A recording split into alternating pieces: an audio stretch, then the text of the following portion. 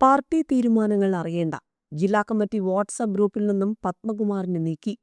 CPM Pathanamthitta ജില്ലാ കമ്മിറ്റിയുടെ WhatsApp ഗ്രൂപ്പിൽ നിന്നും പത്മകുമാറിനെ നീക്കി.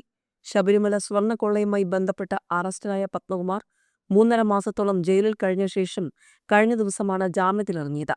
ജില്ലാ സെക്രട്ടറി ഉൾപ്പെടെ ഗ്രൂപ്പിൽ ചർച്ച ചെയ്യുന്ന പാർട്ടി തീരുമാനങ്ങൾ പത്മകുമാർ അറിയേണ്ട എന്ന വിലയിരുത്തലാണ് ഒഴിവാക്കിയത്.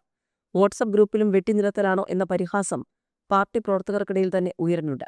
ശബരിമല സ്വർണ്ണക്കൊള്ള കേസിൽ അറസ്റ്റ് ചെയ്ത് ജയിലിലായിട്ടും ദേവസ്വം ബോർഡ് മുൻ പ്രസിഡന്റും CPM ജില്ലാ കമ്മിറ്റി അംഗവുമായ പത്മകുമാറിനെതിരെ പാർട്ടി നടപടിയൊന്നും സ്വീകരിച്ചിരുന്നില്ല.